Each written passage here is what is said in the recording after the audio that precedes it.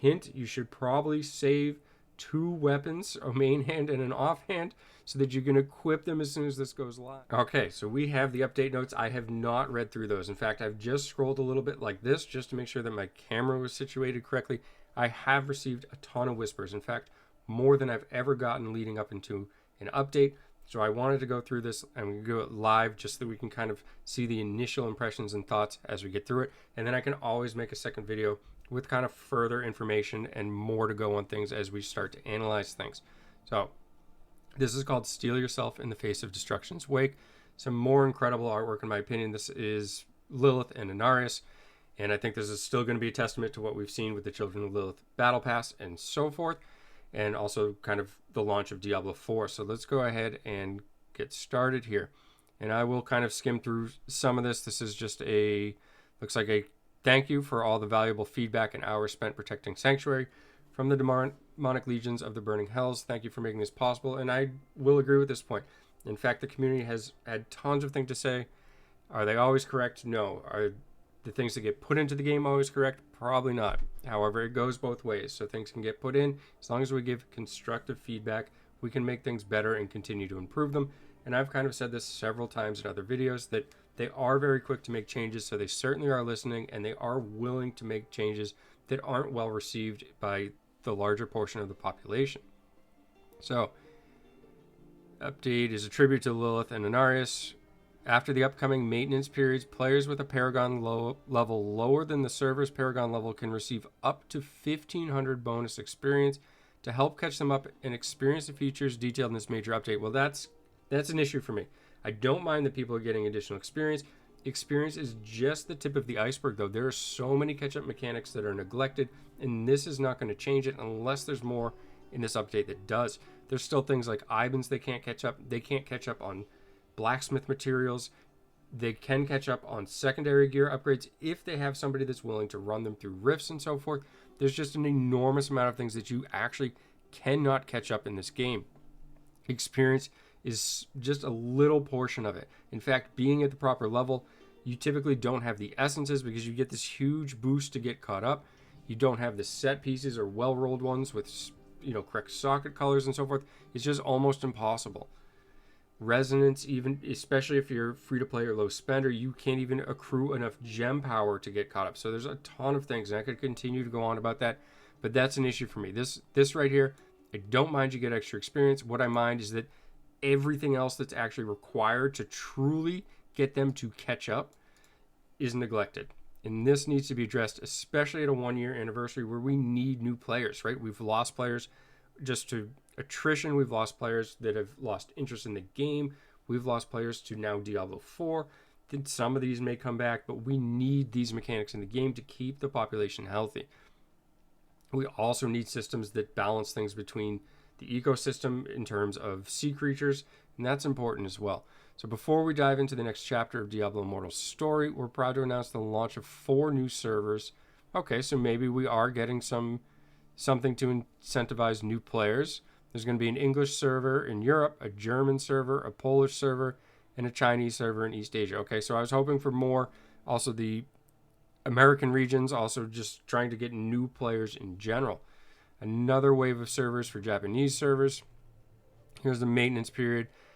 Here we have everything. Wow, this is definitely going to be lengthy indeed. So let's keep moving. New Zone and Questline, Ancient's Cradle. We have seen this picture, or at least part of it. I think we saw the image here. And I guess I'm now realizing something I hadn't noticed the first time is that is also Lilith and Inarius facing each other. And I didn't notice that the first time this picture came around. Journey takes you to Ancient's Cradle, a remote island in the Forgotten Sea. Meet the ancient Lilith and Inari peoples, whose lineage can be traced back to Sanctuary's creation. So you continue to pursue the Cult of Terror following your retrieval of the Pathstone. Okay, so we're getting some information about this Pathstone. To visit the Ancient's Cradle and embark on its main questline, you must first reach Hell Difficulty 6. That should be attainable for the majority of players in the game currently, and also anybody who's coming into the game. That should be something that's you can easily catch up to, I imagine, at least from what I recall for the ratings and so forth. The island is rife with sacred Lilith and Inari ruins to explore, so we're getting a new feature here, ruins. You also help quell rising tensions between the two groups, clean up corruption, and across 8 new side quests. So this is going to be a zone with side quests. The ruins, whether that's just kind of the lay of the land or is that something we interact with in terms of the game, I'm not quite sure yet. Don't forget to hone your demon decimating skills before traveling to Ancient's Cradle. The zone is plagued by the afflicted, locals who have been transformed into a new evil by the course, amalgamations, and Cradle Guard. There's no shortage of new haunts from the burning hells to snuff out. Okay, so we're getting some new monsters. I assume at some point we'll get bestiary page increase, whether that's here or later. But either way, that's just some additional things to go in. So we may see some new mechanics in the new zone as well. Inferno difficulty and Hearthrot demons. Again, some pretty cool artwork. I like this picture here. Might use that one for the thumbnail. A hotter degree of difficulty has erupted from the depths of the burning hells Inferno, and to unlock Inferno 1, you need to defeat Fangrith on Hell 8, and it be at least Paragon level 800, so this is approaching very rapidly. Playing on Inferno difficulty gives you access to the new Inferno difficulty leaderboards, new legendary items to enhance your build, and the new stances combat mechanic. And we heard about this combat mechanic before, but we didn't have much detail. We were unsure if this was going to be something you could do in combat or out of combat, and also we were unsure of how this was going to affect your build overall. Are you going to switch stances and have new skills on your loadout all of a sudden? Say, for example, your 3 button on the keyboard was using one ability. When you change stances, is it now going to use a different ability, giving you access to more abilities? So I'm sure we're going to get more information. Let's take a look. A putrid pack of Hellraisers has ravaged Sanctuary. Meet the Hearthrot demons. You know, another cool picture. This is Van Sown. And it looks like we're getting a little description. As well as defeating any of the Hearthrot demons drops new demonic remains, each of which match an applicable slot in the Helliquary. So this is exactly what we have, right? This is just, maybe we're getting new Helliquary slots. So currently we can slot into certain places. And I guess my take on this is that perhaps we're getting new slots to add, or maybe these are just going to overwrite the existing. Either way, it doesn't much matter, since this will be applicable to everybody that goes into this Inferno difficulty. So everybody will be on a level playing field in that regard. Strazos. And defeating Strazos on Inferno 1 will unlock Inferno 2. So similar to what the Helliquary does now, you have to defeat certain bosses to get further. This is Gebdu. Looks kind of similar to Agronx in a way. Kulol. The Crooked Grin. And defeating that will, on Inferno 2, will unlock Inferno 3. Yamnal. Kind of like this guy. It's pretty cool. Saurodon. So, new to the Helliquary Gauntlet.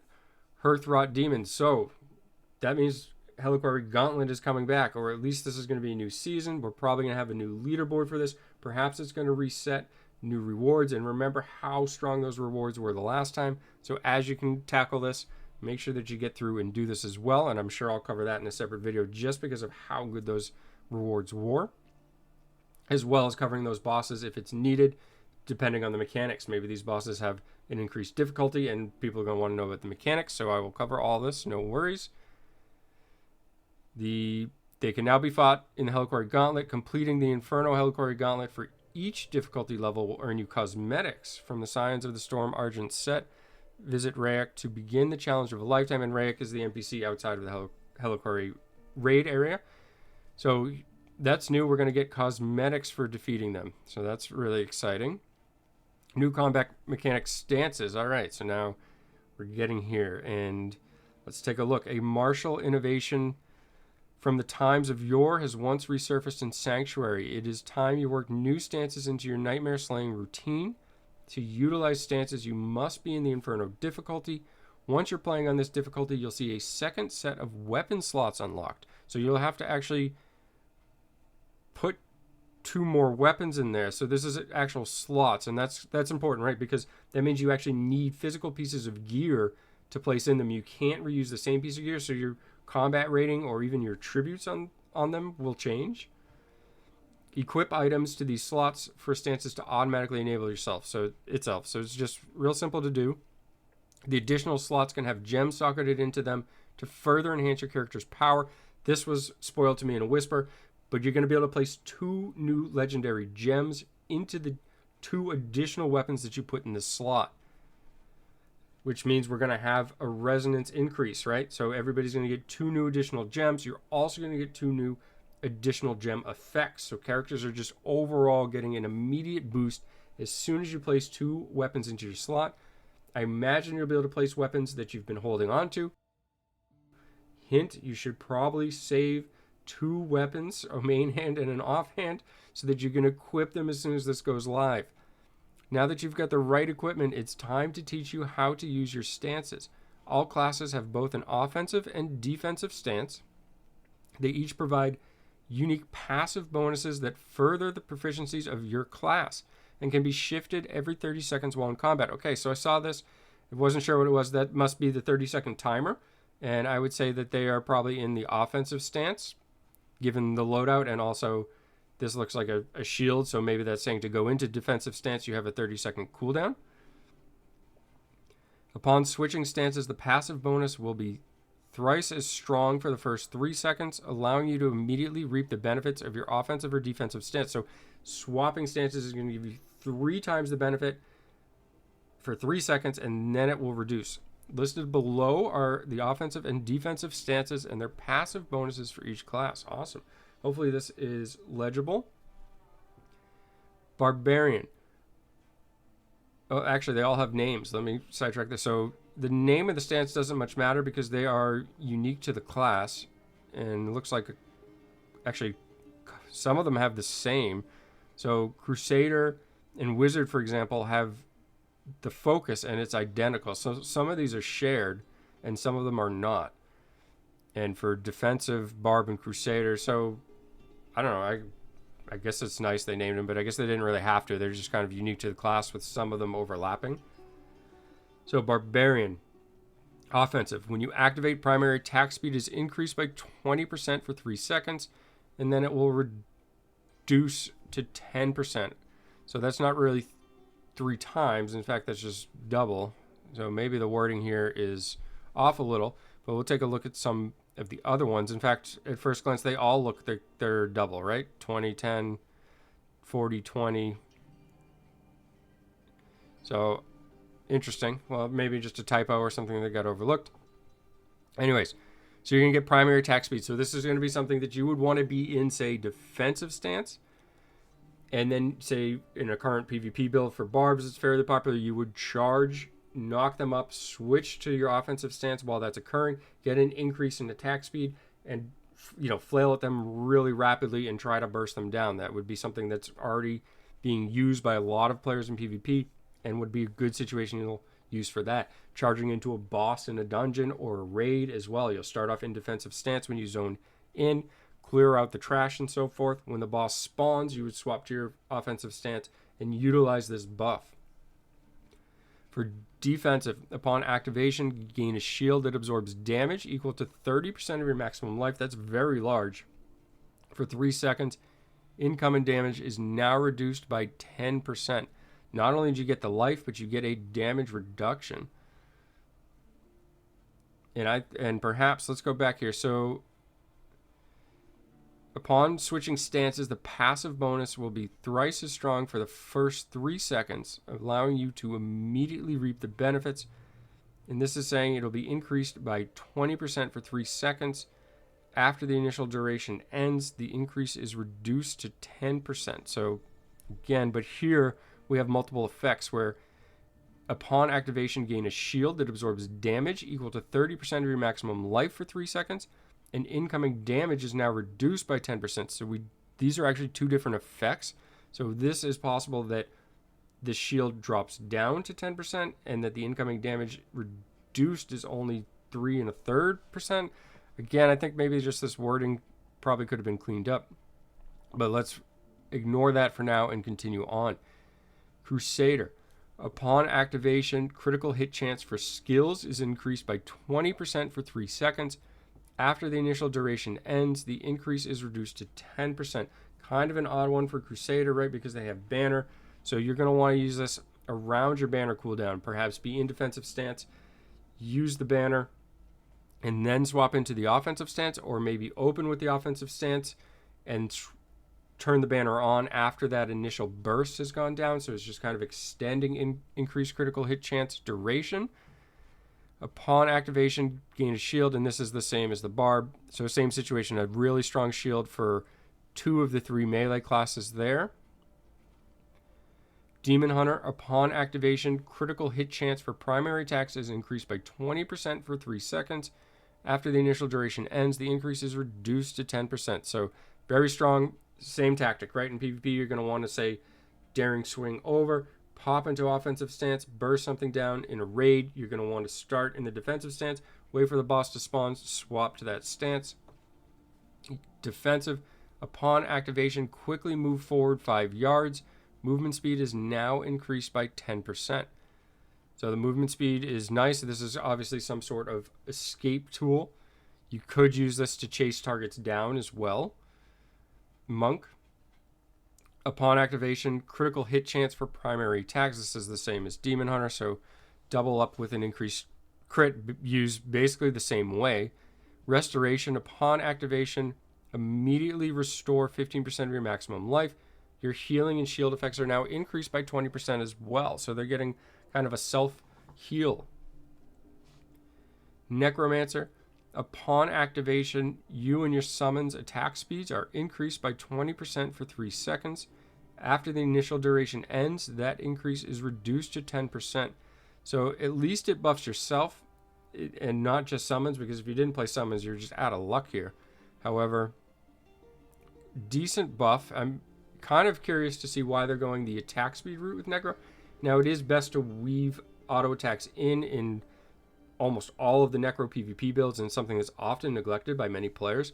But you do want to make sure that you're weaving your primaries or basic skill in between your cooldown abilities. Otherwise, you just kind of lack some of the damage output that you need to take down targets, and you're just like a CC bot.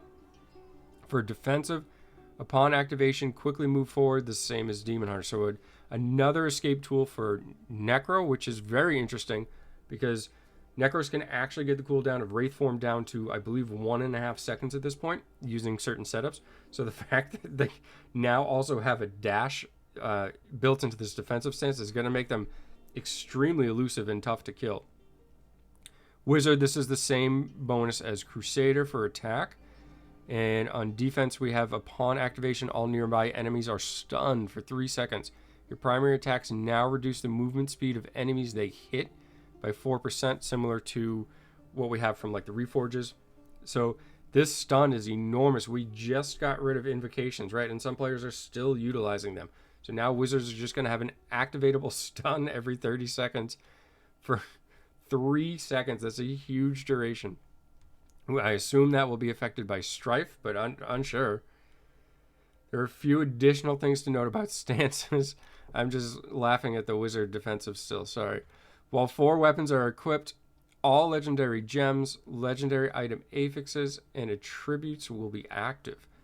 So you'll get the benefit of all the legendary gems, the affixes within them, and attributes of all the weapons. Okay, so you're going to get, it sounds like, just bigger and better bonuses. So if you have critical hit chance on one of your other weapons on your second set, you're going to also get that applied to your character just in general.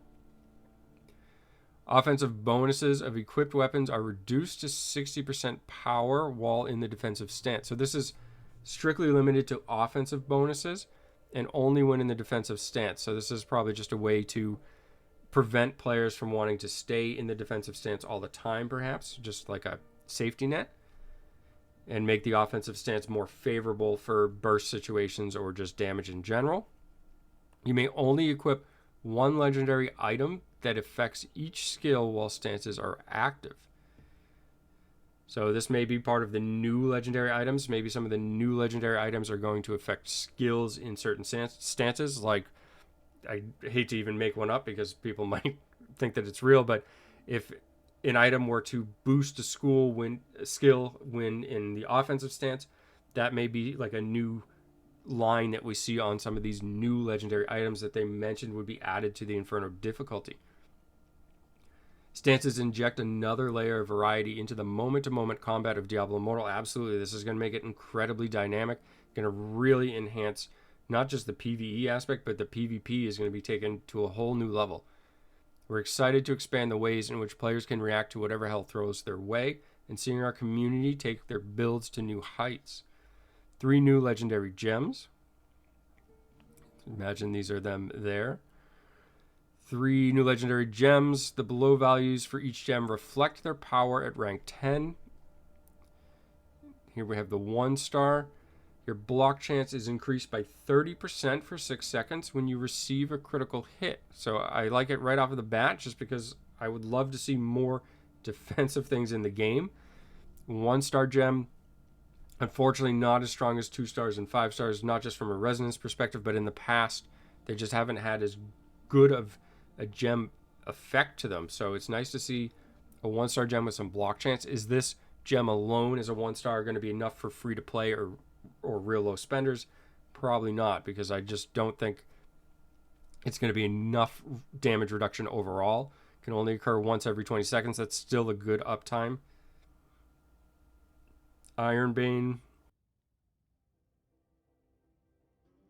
Channeling skills have a 10% chance to dissolve enemy armor for 6 seconds, increasing the damage they take by 15%. So interesting. So channeling skills, so they're going to be attacking rapidly, so you'll probably have a decent means of proccing this, even though it's only 10% and only applies to channeling. Increasing the damage they take by 15%. That's a larger number than we've seen in the past with most corrode or similar like skills, which do 10%. Cannot occur against the same target more often than once every 20 seconds. So that also limits it as well. The dissolve effect also reduces the movement speed of enemies by 16%. So maybe we're seeing the addition of some channeling effects, and we'll see. Channeling in general is not very strong in PvP because you have to be stationary in channels. Every now and then it gets worked in. In fact, something like Arcane Torrent for the wizard went away from channeling, right? Arcane Torrent is better than ever because it's no longer channeled with some of the new essences. The 5 star, when you deal damage, you have a 30% chance to rain meteorites in an area, dealing 500% base damage plus 2,000 in total. So that's a really high number. 500% is a pretty sizable number. Cannot occur more often than once every 20 seconds. The meteorites also scorch the ground for 2 seconds. So I wonder how long this rain persists. It doesn't actually say here, right? It just says the scorch lasts for 2 seconds. Or does this just come down all at once, deal its damage? I guess I was picturing it kind of like splashing in an area, but I guess we will see there. However, burning the area and dealing 40% base damage every second. So there's also be a damage over time component to it, which will mean it will be strong with all of those things. So another offensive gem being added for 5 stars. This has really been the trend aside from Frozen Heart, right? And Frozen Heart is regarded as a very valuable 5-star gem because of its defensive properties. Modify your drop tables. Players will have the option to enable a modified drop table for the legendary crests when running Elder Rifts. Once enabled, this is just what we've seen before. This will be for the Starfire Shard, the new 5-star, and receive a 2-star legendary gem. It will be the Mother's Lament. So this is a banner, so to speak, that you have the opportunity to get more of the things that are new. New set, Seeds of Sown Gold. So Seeds of Sown Gold is a new set that's obtainable from dungeons in Inferno difficulty and higher. The set is centered around channeled skills. Okay, so we are going to kind of play on this channeled aspect. 2-piece. Continually channeling a skill against the same enemy gradually increases the damage of that skill up to a maximum of 30%. So that's a really strong 2-piece. You're getting 30% bonus for just 2 pieces, meaning you could also mix in some other things. So right off the bat, that seems good. After you stop channeling a skill, enemies hit by it take an additional explosion of damage for 30% of the damage dealt to them by that channeled skill. So I assume this means for the duration of what you've done, and so you're going to channel, and that explosion damage is going to build and build and build and build, and then when you stop, they're going to take an additional 30%. So we're basically getting up to an additional 30%. And then when we stop, we're also going to do an additional 30%. So some large numbers here. The 6-piece, after you start channeling a skill, gain Artisan's Endurance for 8 seconds. While channeling under the effect of Artisan's Endurance, you're immune to knockback, and damage dealt to you is reduced by 40%. Interesting. Cannot occur more often than once every 40 seconds. Now, that could be the issue. This will require some management, at least for PvP, in which you'll want to channel while this damage reduction and knockback immunity is active. But this could actually make it viable, especially if you have it as a means of finishing a character, getting a killing blow, and so forth. Justinian's Favor limited time event, and this actually cracked me up when I logged in and had this event. There was 2 tasks, like one was to log in and the other one was to share it, and after I shared it there was just nothing else to do, so it was kind of odd. However, each day from June 15th to July 13th, that is a very long duration.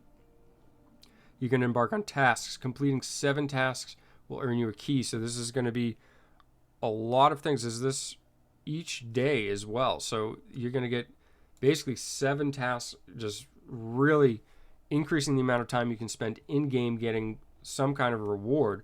Finishing challenge rifts and logging in once during the event's duration will earn you additional key each. Use all of your keys to unlock the chest in the event's menu, and you'll receive these rewards for your bravery. Legendary crests, rare crests, 3 random 1-star gems. So this is something, sorry about that, I wasn't scrolled down far enough for you. So this is going to be something that you'll want to do just for these rewards, as whenever possible. Frequently. So Conqueror, limited time PvP event. This is an ancient fighting pit where brutal games were held in Shasar Sea. So fight tooth and nail during the limited time event to bring honor to your name and riches to your collection. This will be from June 16th to June 28th. Players can enter a Conqueror PvP match using their own build or select a pre-constructed character build for your class. Each match contains multiple strongholds that must be captured by your team. First team to earn 1,500 points by holding the strongholds emerge victorious. Participating in these matches, you can complete daily and challenge tasks to earn random rewards, legendary items, set items, and more. Interesting. Only fair contests is allowed in the fighting pits. Here are the rules of engagement. All characters will be set to level 60. The rank of all legendary gear and set gear will be set to 1. Okay, so we're normalizing this. The rank for all legendary gems on your character will be set to 10. Resonance and combat rating will be disabled. Clans and warband bonuses will be disabled. Normal gems, charms, and heretic legacy will be disabled. And stances are disabled as well. Or bonuses from stances. I'm not sure if the stance itself or just the bonuses. Proving of the Rift limited time event. And I have to go back here. Sorry, this is amazing. I think a ton of people have been looking for something like this. I hope that this goes well. I hope it's implemented very well and that it gets positive feedback if it deserves it, so that we can see more events like this or even something from a permanent nature. Proving of the Rift limited time event. Challenge rifts just became a little more fruitful. I think something many people can look forward to. Challenge rifts have become very stale. Complete challenge rifts and placing on the event's leaderboard. The leaderboard placements refresh each week, affording new players the opportunity to cement their name among Sanctuary's finest. The Proving of the Rift event is your opportunity to score the Nimbus cosmetic. There are swells of cosmic energy that move with the character for a limited time. Weeks 1 and 3 will reward players with the Arcana Nimbus cosmetic. Not a great picture, a little small, tough to see there. Whereas players can earn the Igneous Nimbus cosmetic from weeks 2 and 4. Again, tough to see, but you can see they've got their own little aura. Looks like the weapon glow might be a hair different, or maybe that's just from the aura. Here's a complete list of all rewards that can be earned each week of the event based on your leaderboard placement. And actually, they go fairly deep. I don't know how this compares to what you got before, but it goes all the way to 1,000 spots, so that's great to see. And you get the Nimbus cosmetic for a limited time. That is really unfortunate. I hate to see something like that personally. However, Maybe that will allow more people to get into some of these placements if there is less of a reason to kind of continually do it. So we're getting 100,000 gold, 500 health. That sounds vaguely familiar to what I remember for the top 3 placements, but it's kind of been expanded to 10. The cosmetic being the big addition, and so forth. Returning events, recruit or recall a friend. So we've seen this, both of those. I think I even made a comment one time when they just did one and not both of them, and I was like, why don't they just make it both of them all the time? So glad to see that somebody might be listening. So here are the details there. Obviously, you just recruit somebody new or you bring somebody back that hasn't played for a while. And I expect there probably will be some players returning for an update of this size. In fact, I'm maybe 2/3 of the way through the scroll bar. The bottom is going to be things like bug fixes and so forth. So getting there. Infernal knowledge. In Sanctuary, few are capable enough to stand against the darkness and wager their life for the defenseless. But you, adventurer, have consigned your days to thinning out the ranks of the burning hells, ushering in safety where all hope was lost. Your quest to serve the downtrodden grows in complexity. Equip yourself with infernal knowledge to prevail. About a week-long event where you'll get more daily tasks to unlock various milestones for some rewards. So clans on deck we've seen a couple of times now, I believe. Some additional rewards. Hopefully it doesn't reset this time. I'd like to think that's fixed. We also have new legendary items. Wow. So this is just getting larger and larger. Skills and class balance. Okay, so let's do new skills. Wow. Can't say enough about this. We're adding an additional skill for each class that unlocks at level 53, so the majority of players will just have access to this immediately. This is to provide additional group utility or fill niches to better round out the toolkit of each class. So I like to see that it's got a focus on group play. Barbarian is Sunder. Briefly launch into the air and smash the ground with your weapon, generating a huge shockwave that deals damage in the area while also increasing all damage they take by 30%. So this is going to be a damage buff for your party. Players will take increased damage for 3 seconds. Interesting. So there's a trade-off here. You're going to allow the targets to take increased damage from even your party members, and you'll take increased damage as well. Crusader, Fist of the Heavens. Call down Divine Wrath to strike up to 8 nearby enemies, damaging them. For every 10% of a targeted enemy's missing life, the damage dealt to the target by Fist of Heavens will be increased by 25%. Wow, that seems very strong. So if they are down 20% of their life, your Fist of Heavens is going to do 50% more damage. So this just kind of gets better and better. In fact, Crusader's in a very good spot right now. And this is just might put them over the top as being strong, but we have to see what the other ones have. So Sunder, for example, 12-second cooldown, so you can have a 50% uptime on this.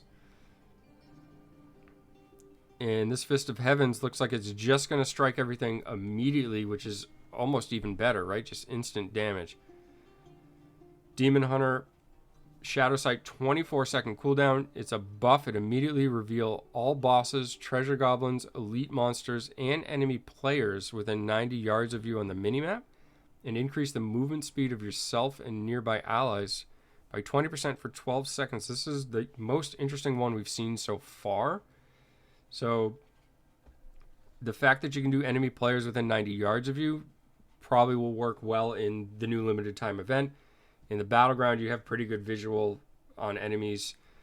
Towers could use a little more visual, so this is going to be handy in there as well. It's interesting that they gave Demon Hunters a PvP ability. It's also going to reveal bosses, treasure goblins, elite monsters, kind of a what if, right? We know where bosses are, unless the new zone is going to have some mechanics that perhaps we're not thinking about at the moment. But in general, I would think this is going to be strongest for PvP for Demon Hunters. Monk, Breath of Heaven, 12-second cooldown, immediately restore life and grant 60% increased movement speed to yourself and all nearby allies. Is this the first heal? So monks also had a heal from the defensive stance, but now they actually have an ability to heal themselves and teammates. So we're actually seeing monk move towards more of a support class perhaps, and less of the assassin than it is. So I really like this. Immediately restore life does not say how much. Grants 60% increased movement speed to yourself and nearby allies. and using it on the same target again within 9 seconds reduces the healing amount by 50%. So, interesting. It's got a 12-second cooldown, but you can use it twice on a target within 9 seconds. So it must mean once this duration ends, but it doesn't say how long the duration is. We'll see more about that. This video is lengthy enough. You can come and watch the video yourself as well. I just want to keep moving so that I don't waste anybody's time. Necromancer, borrowed time, a 30-second cooldown. Grant yourself or an ally borrowed time for 8 seconds. If the target takes fatal damage during this borrowed time, they'll be resurrected at full life. That's insane. That'll be absolutely game-changing in PvP. On a 30-second cooldown. The curse will drain 5% of the target's maximum life every second and last for a maximum of 16 seconds. The curse can be removed sooner if the target kills an enemy or assists in killing an enemy. This is insane. Borrowed time will be automatically used on you when you take fatal damage if it's not on cooldown. I'm sorry. It's too strong. It's absolutely too strong. You will see nothing but necromancers in Battlegrounds. A 30-second cooldown. They literally took Undying Rage and made it better and gave it to necromancers, a class that was already stronger. Wizard, Frostfield, 20-second cooldown. Control, create a field of gathering hoarfrost in an area. After a short delay, all enemies in the area will take damage and be frozen in ice for 12 seconds. That is so long. Players will be frozen for a maximum of 4 seconds. Well, that's what it's going to be from Strife anyways. Any enemy that takes damage after being frozen for at least 6 seconds will immediately be unfrozen. For players, they'll be unfrozen if they take damage for at least 2 seconds. Oh, so you can only be frozen for 2 seconds before you're automatically broken out. This is crazy strong as well. Wizards also have the defensive stun for 3 seconds, which would probably get reduced to 1 second in Strife, but I'm not sure if stances are going to be affected. Hopefully they are. So Wizards are just going to become a stun monster, and Necros are just going to keep the entire team and themselves alive with being more elusive. They also get a dash and also this absolutely broken borrowed time mechanic. All right. We still have legendary items. I can just barely wait to get to Necromancer. Barbarian, we're getting Cleave, another thing for Cleave, hurl 2 whirling axes, dealing damage. Cleave is actually somewhat viable if anybody hasn't tried it. I have not been back on Barbarian since the latest Cleave essences, but Cleave is very strong, especially in some like dungeon builds. It does massive, massive damage, and hopefully I get a chance to cover that fairly soon. Hammer of the Ancients also getting a whirling hammer to throw, so they're getting kind of some ranged abilities here. Ground Stomp now unleashes the fury within you, burning enemies. While Sprint is active, your skills with projectile attacks are empowered with wind, allowing them to trigger Firestorm. So they're really kind of going for a ranged or throw barb. Perhaps make that viable. Hammer of the Ancient deals additional damage to enemies the further they are. So obviously this offhand, this chest, using this with Sprint, kind of everything can work together. Cleave's knockback may now affect enemy players, but can only affect the same player once every second. So you could basically almost build a toolkit from this to give them something similar to what we see from the knockback shot with Demon Hunters, where you can kind of throw your weapons and knock them back. Push them away from the idol in PvP or anything to that effect. Disrupt them. Crusade or Holy Banner now mounts a standard of flames to your back that bolsters the primary attack of all nearby allies to burn enemies. Interesting. So this is going to be to your back, similar to Arrow Keeper, and it's in the same slot. So an alternative to that, giving a damage over time component. Judgment now marks an area of retribution, dealing continual damage to enemies within it. Additionally, enemies in the area suffering from other harmful effects will also be stunned. So you could burn them with the banner and then throw the judgment down and stun them. Conjuration of Light also removes all harmful effects. Punish deals 30% increased damage to enemies suffering total loss of control. Oh, what am I looking at here? Enemies struck by Punish take 10% increased damage from subsequent hits for 2 seconds. And it stacks. So we are getting essences for Punish, finally. And they're going in slots that are beneficial. So many people will be happy with that. Conjuration of Light now grants immunity to knockback effects and loss of control, but it no longer provides immunity to damage. I feel like that, and the end of this really brought that down. Demon Hunter knockback shot now channels a flamethrower that burns enemies. Okay, so this can be used with all the new channeling things we're seeing. And interesting. I think that may actually see some use, tell you the truth, because in the chest slot there are still many other essences that boost the damage of knockback shot that could be used in conjunction to this. So this may actually see some use, especially in PvE, where you may just like burn a boss down with this flamethrower as it spawns. Escape's cooldown is reduced by 1 second each time you take damage, up to a maximum of 3 seconds. It's all right. I think you'll be dead if you take damage for 3 seconds in this game, unless something changes dramatically. Knife Trap now places a trap filled with hooked chains. When triggered, they explode from the trap, damaging and pulling all nearby enemies together to immobilize them. So that's going to work similar to like the Sacred Chain the Crusader has that pulls them all in. Very useful. I don't know if Demon Hunters are going to move away from like a pure damage build in PvP. A little bit of mobility, but Demon Hunters are just doing so much damage at the moment. Knockback shot deals 20% increased damage to enemies suffering from loss of control. Seems very strong. Knife Trap explosions also shatter the enemy's armor, increasing damage taken by 10%. Impale now throws a knife that ricochets between enemies multiple times before falling to the ground. Picking up the knife reduces the remaining cooldown of Impale. This is interesting. I'll be curious to see how much damage this does. And that could be strong depending on the amount of damage it does, kind of working similar to like a pouncing shield. Mystic allies now consume 10% of your maximum life to empower the spirits, increasing attack and movement speed by 20%. Mystic allies summon an additional lesser spirit to fight by your side. Mystic Strike causes you to become invisible for 3 seconds. Not sure why we're going that direction, but they now have a way to disappear for several seconds. I assume this is going to work like Cloak of Shadows. Mystic allies now summon 2 flaming spirits to fight by your side that cause enemies to burn. Flying Kick deals increased damage to shield. Cyclone Strike is now empowered with Icy Wind, dealing damage while pulling in nearby enemies to freeze them, but it can no longer be charged. Well, that's probably actually a benefit.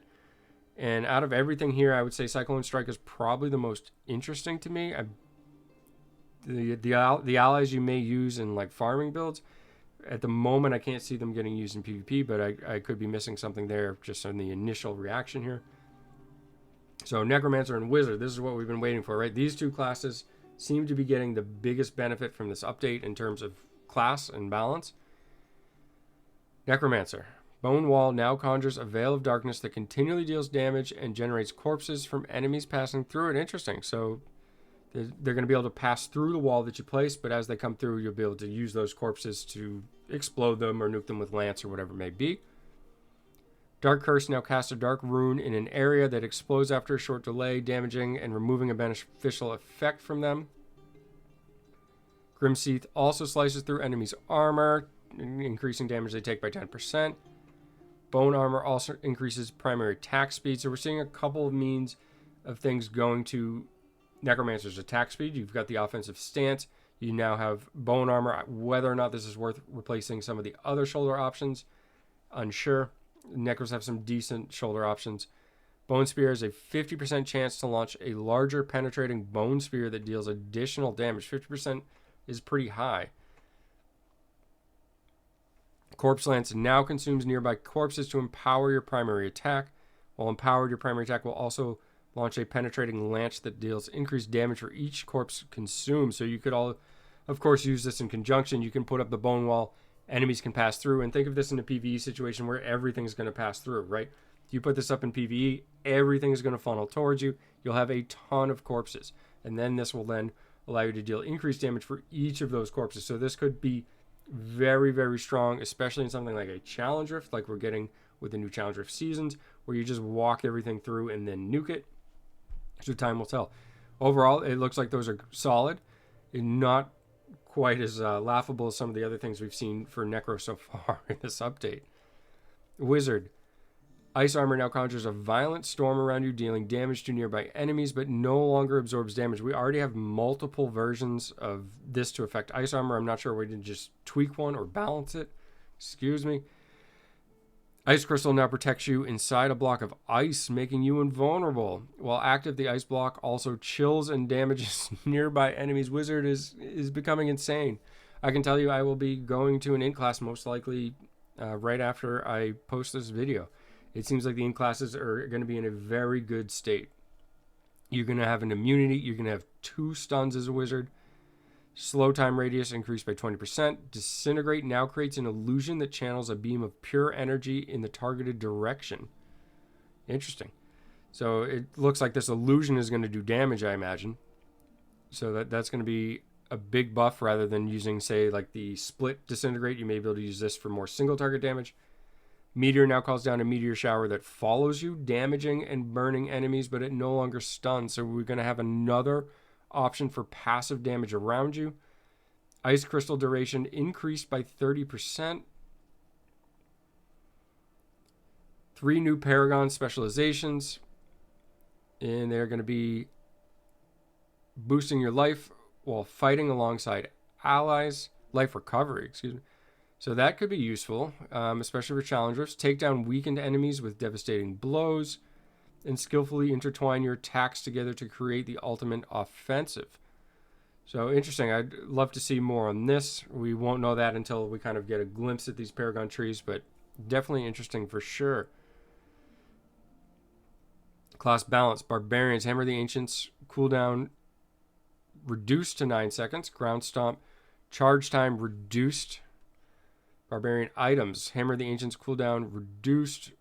Hammer the Ancients cooldown reduced. Hammer the Ancients cooldown reduced. Hammer the Ancients cooldown reduced. Hammer of the Ancients charge time reduced. Ground Stomp charge time reduced. Hammer of the Ancients damage increased. So the gist is Hammer of the Ancients and Ground Stomp being brought on a level or brought to the levels of other abilities. Crusader skills. Shield charge by default increased by 1. That's huge. Shield glare cooldown reduced to 9 seconds. Crusader items. Shield glare cooldown reduced. Shield charge increased by 1. So you can get a lot of shield charges now. This is very, very strong. I think this may actually open up some offensive builds for Crusader, especially with that Holy Bolt that they're getting. The new skill, you're going to be able to charge around and kind of bolt things. Demon Hunter skills. Life increase for all versions of the skill. I don't know if that really changes anything for me. It just doesn't do enough damage to warrant being on the bar. Damage increased by 19% for the Chakram. That's decent. Blade Thrower.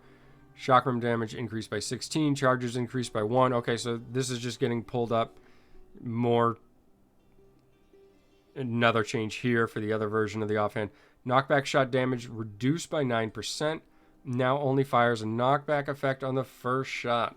So let's read this again. This is the new chest that made knockback shot what it is, what we currently know for Demon Hunters. Knockback shot damage reduced by 9%.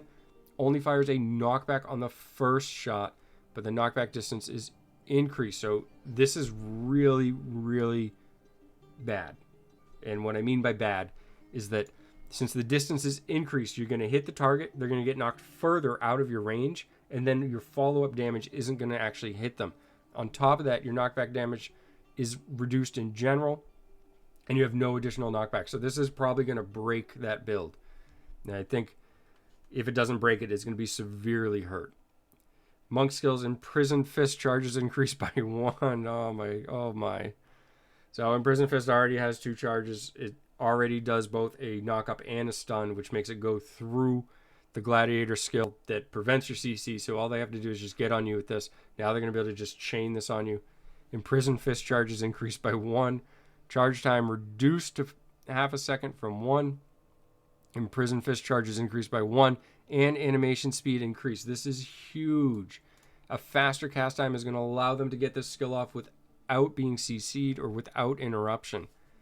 Inner Sanctuary cooldown reduced to 20 seconds. So monks not getting quite the same diversity in changes that, say, the Necro and Wizard were getting from some of the new things going into the game. But this change and this change are huge, right? And actually, I think it's the shoulders that, yeah, excuse me, actually the shoulders you need, I'm drawing a blank on the name, but that's the slot. So actually you'll get the additional charge, but you'll still have to use the other pair of shoulders, so you won't be able to get this faster animation speed if you're using that for the stun and knockup. Necromancer skills, corpse lance, damage increased by 9%. That's what everybody wanted to hear, right? Command skeletons, cooldown reduced, skeleton dash speed increased, and cast animation time reduced, so just an overall buff for that. Corpse lance cooldown reduced to 2 seconds for the offhand. Corpse lance damage increased by 15% for the other offhand, so corpse lance getting a damage buff. Slow time cooldown reduced. Wizard items scorch damage increased by 15%, and travel speed increased by 250%. Very interesting. So this ability actually doesn't have a terrible travel time to begin with, so this will kind of make this, if they land the skill shot, it'll almost be unavoidable to some extent. Feature update, combat rating adjustment. Wow, I just talked about this in a video the other day, how they made an adjustment one time and then this concept was kind of forgotten. Crazy seeing that in here. Combat rating and primary attribute are now separate statistics. The combat rating for items will be displayed directly on them and is no longer based on the item's attribute. Items that drop will now have greater primary attribute diversity and an increased chance to have a higher combat rating. This is to help players grow their combat rating quickly and introduce more variety in the item choices. Okay, like to see it. Battleground and Challenge Rift schedule. On some servers, Battlegrounds would reset in as little as 3 weeks, not leaving enough time for players to push to their desired rank. On other servers, an Immortal Reign might be strong and last for longer periods of time, resulting in less rewards because the season doesn't end as frequently. Well, I don't think this is the correct wording, because just because a reign ends in 3 weeks doesn't mean that the reign wasn't strong. That could be that the shadow side is even stronger, but you could still have a strong Immortal. And also, there are many reign servers, alliances that choose to end it quickly so that others may benefit, not just the Immortal Reign. So I don't really care for that wording, but that's neither here nor there, I guess. Similarly, challengers have weekly and monthly rewards that aren't directly tied to any in-game events. The following changes aim to update and unify the way this content in Diablo Immortal resets to make the rewards and timing more consistent and forgiving. On the 16th, all current Battleground seasons will end and all rewards will be distributed accordingly. They will now reset on a 10-week cycle that is independent of the cycle of Strife. The rewards are being updated accordingly as well. In addition, seasonal one-time bracket and end-of-season rewards. Battlegrounds will provide a weekly reward based on your rank. Battleground participation is also being removed as a requirement for badges of honor because it's no longer tied to the reign being reset. So, good and bad, right? Because if your badge boosts your ability in PvP and you no longer need to PvP to boost your badge, what's the point of all this? Battleground rewards. Weekly rewards, end of season rewards, challenge rifts, same thing. So this is going to be very interesting. We no longer have to participate in Battlegrounds to get the improved badge. We just can acquire the badge and then go PvP, basically. Meaning that you could do everything else, get your stats to say excellent, form a solo clan, get a 12% badge, and then when you do venture into this PvP, you'll just be stronger. But you won't have to spam games if you're not interested or time doesn't allow for that season. Maybe we'll see less of the pilots utilizing some of these high resonance players in the Battlegrounds that skew the matches. Hidden Lair rewards. Now reward guarantee normal gems for each objective up to a weekly maximum of 21 hidden lairs. So this is now weekly. Up to a weekly maximum of 21 lairs. The entrance menu will still indicate whether you have reached the individual cap, but it's now a weekly total instead of daily. And it's great that it's now guaranteed, so you will actually be able to just spam your lairs all in one day if you like. This is incredible. I really like this. Accursed Towers. To give smaller clans increased opportunity to claim towers and allow a smoother start to the season. On servers with higher population, we made some adjustments to Accursed Towers. The maximum number of towers available in each season has increased from 150 to 200. Don't care for that. The number of regions have increased from 3 to 4. Don't care for that. 2 regions will unlock during the first week of each season. Don't care for that. So the biggest problem with the Cursed Towers, yes, I agree that small clans don't have an opportunity, but also there are too many. There's not enough conflict. They designed a system which could have matches, and then people just avoid having any of the matches. Or worse, they actually get upset if you go on the same tower.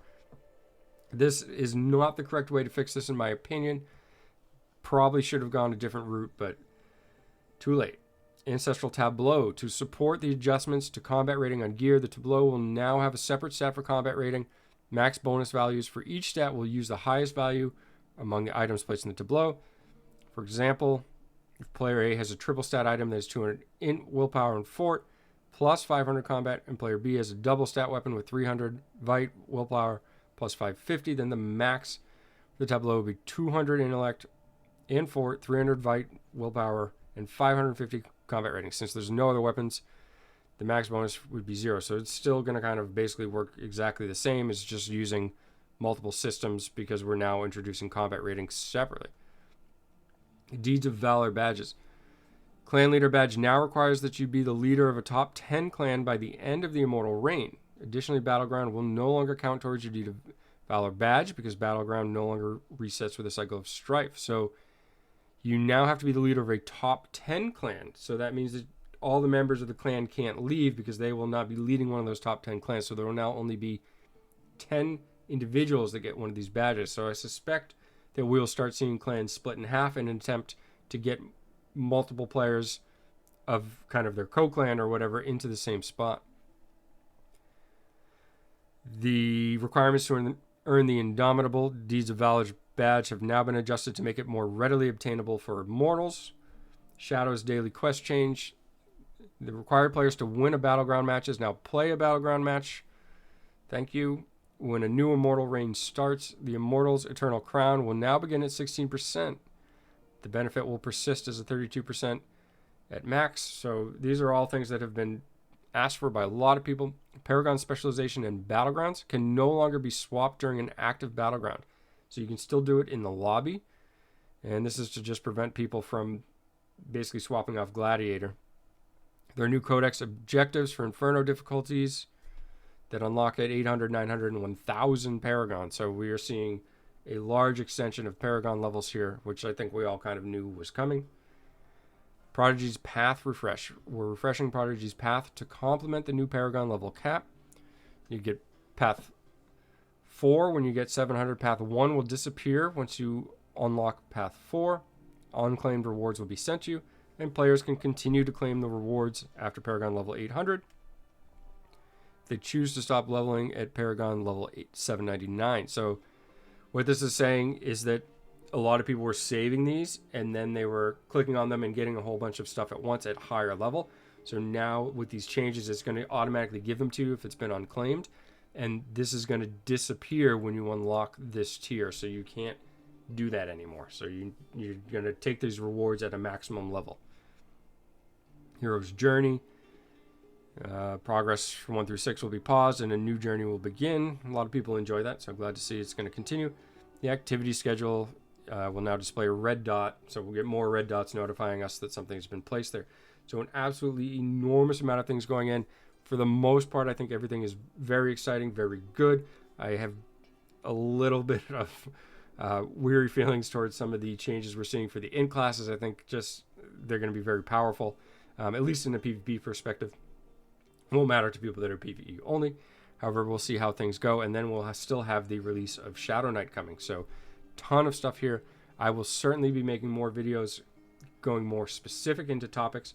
As always, thanks for taking the time to watch, and have a great day.